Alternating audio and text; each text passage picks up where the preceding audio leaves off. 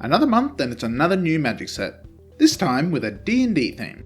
Now I have exactly zero knowledge about the world of D&D, or who any of the characters are in this set, but James assures me that this set is full of references and callbacks, so I'm just going to take his word for that. What this set does have in for me are a lot of new different abilities and concepts that it's introduced to Magic. Rolling dice for effects, adventuring in dungeons, and tieflings.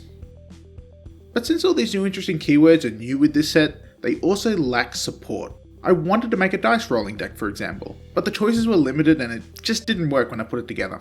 Next I tried a deck all about venturing into the dungeon, but that was already done with one of the precons and most of the good support was in that already, so there wasn't really much a deck to build. So what do you do when you can't figure out what to build from a new set in Commander? Why, it's time for a classic blue-green value engine, where the only brakes on our train is whenever the table starts ganging up on us. So today, I'm running through a Volo Guide to Monsters deck, with the additional rule that every creature type in the deck is unique, so his ability will always trigger when we cast a creature. Like always, this is built to a $100 budget at the time of recording, and it's looking for a mid-power strength deck. Volo is a 4-mana, 3/2 human wizard with the ability, whenever you cast a creature spell that doesn't share a creature type with a creature you control or a creature in your graveyard, copy that spell. So in a deck where no creatures share a type, his ability basically lets us copy every creature spell we play. In essence, this is the opposite of a tribal deck. It's actually much harder to build around than you first might think. It's not that it's hard to get enough creature types, Magic has plenty across its history. It's that some tribes really dominate the powerful effects. Take for example elves, they're great for ramping, but if you can only play one, which one do you play? There's also the problem that copying a legendary creature isn't actually that useful, so I've avoided running those as well. Some rules notes about Volo that aren't as obvious when you first read him. Cards like Doubling Season do not make another copy of the token he makes, since Volo copies the spell, which means no token is actually created that these types of cards can trigger from. It's a bit weird, but it's exactly how Lithoform Engine works as well, so basically the rules that apply to that also apply to Volo. Next, because the copy only happens on cast, the token actually enters before the real card, which could matter for some interactions. So let's get into the cards. Now normally I start off with the thematic cards in the deck, along with the win conditions and such. But for a value deck like this, the payoff is the ramp and the draw, so let's jump into those first. For ramp, we have Rampant Growth, Cultivate, Kodama's Reach, Search for Tomorrow, Sol Ring, Arcane Signet, Thought Vessel, Semblance Anvil, Security Elder, Burnished Heart, Yavimaya Dryad, Yavimaya Granger, Solemn Simulacrum, Beanstalk Giant, Blighted Woodland, and Myriad Landscape. And whoa, that's a lot of ramp. But we've got some big creatures and spells to cast, so we really need to accelerate our mana as much as possible. Next, how do we draw cards, since what do we do with all this mana if we can't keep our hands full? We've got Augury Owl, Garruk's Pack Leader, Muldrifter, Primordial Sage, Inspired Sphinx, Lifecrafter's Beastry, Windfall, Blue Sun Zenith, Return of the Wild Speaker, Concentrate, Elemental Bond, and Garruk's Uprising. Most of our repeatable draw is based around playing creatures, which we intend to do a lot of. But then we also have a couple of standalone draws like Concentrate and Harmonize as well. For late game, we have Blue Sun Zenith to turn all that ramp into a brand new hand if we need it. Moving on to removal next, we have Nature's Claim, Pongify, Resculpt, Beast Within, Acidic Slime, Amphin Mutineer, and Steel Hellkite for our target removal, and Curse of the Swine, Rampage of the Clans, and Perplexing Test for our board wipes. We're a deck trying to build a large board state, so we don't really want to be blowing up everything constantly, so we have a lot more targeted removal than board wipes. Perplexing Test specifically is a great board wipe for us, as we are making lots of tokens with our commander, so we can return all the non-tokens to people's hands but leave our board of tokens in play.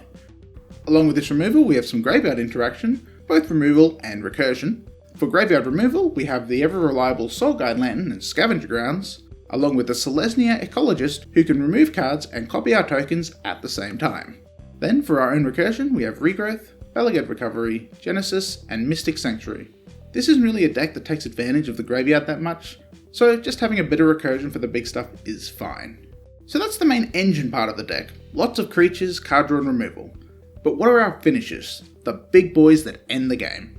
First up is Giant Adaphage, which, if not dealt with immediately, will quickly grow out of control in a short time. This is especially good here since Volo can essentially let us get 2 out on the first attack, basically skipping a step in the doubling process. Next up are the big pigs, Endray's Forerunners. who can buff our entire team and, if doubled, should be able to trample home a victory quite easily. Then we come to the biggest of all, Worldspire Worm, a 15/15 trampler that makes 5/5s when it dies. Not only does this dodge most board wipes, but with that much trampling power on the board, not much should be able to stop you. But this deck does more than just drop big creatures, it's also sneaky. If anyone is foolish enough not to have any blockers out, 2 Putrefacts can deliver 10 poison damage out of nowhere and quickly knock someone out of the game.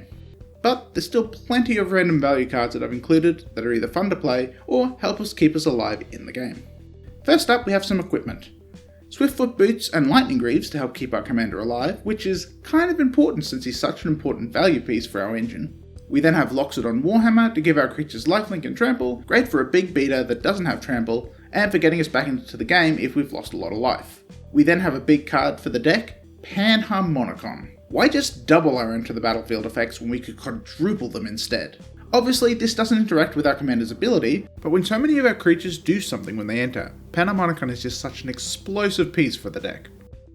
Onto our creatures, and we have several utility creatures to help keep our deck running.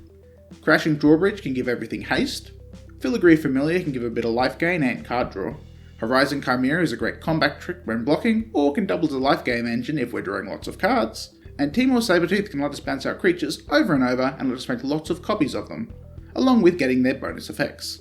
Lastly, a couple of value creatures that help fill out the creature types in the deck. For those we have Managorger Hydra, who gets real big, real fast, Clever Impersonator to get our own copy of the biggest threat on the board, Wandering Archaic to get copies of our opponent's spells, and Jace's Mindseeker to steal some of our opponent's spells.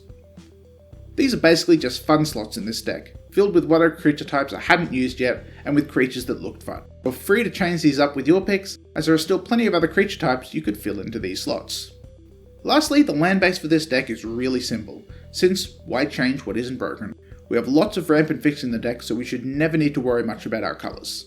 The only 2 non-basics I haven't mentioned are Command Tower for an untapped dual land, and Reliquary Tower to help keep cards in hand if we're drawing a lot. Otherwise, it's 18 forests and 11 lands to round out the deck. And that's it, 100 cards. So how does it play? From my testing, it's a classic blue-green value deck. It will quickly get out of control if the commander is left on the battlefield for more than a few turns, with the sheer amount of value and triggers it generates.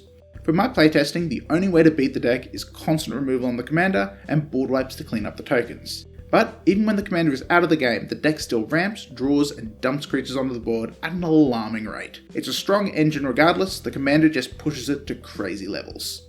The best cards in the deck by far are Shrieking Drake and Manowar, along with Temur Sabertooth, since they can be used to banish our creatures back to hand so they can be replayed for extra value.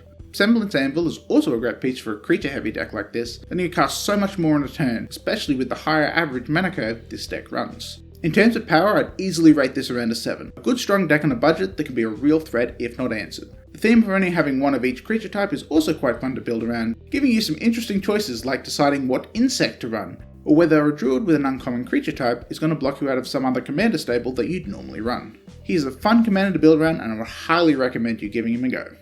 And so we come to the last section of the video, where I give some suggestions on cards I had to cut, and this time they're cards mainly based around price. Heroic Intervention would be a slam dunk for this deck, providing the protection you want from board wipes, but it was way too expensive to be included within the $100 budget. The deck also doesn't run any tutors, so any of the green creature tutors would be an obvious inclusion, with something like Finale of Devastation being a great finisher card to sink our mana into. There are also obviously some strong creatures that are missed due to budget, like Craterhoof or Consecrated Sphinx, which if you wanted to put it in would obviously be very powerful upgrades. I deliberately left counterspells out of this deck, as I wanted this to be about playing creatures and turning them sideways to attack. But if you really wanted to keep your commander alive for longer, a few cheap counterspells would be a really good improvement for the deck. I would just cut a few of the less impactful creatures to make way for them. And that's the video. I hope you've enjoyed this look at a Volo deck. So thanks for watching, and I'll see you next time.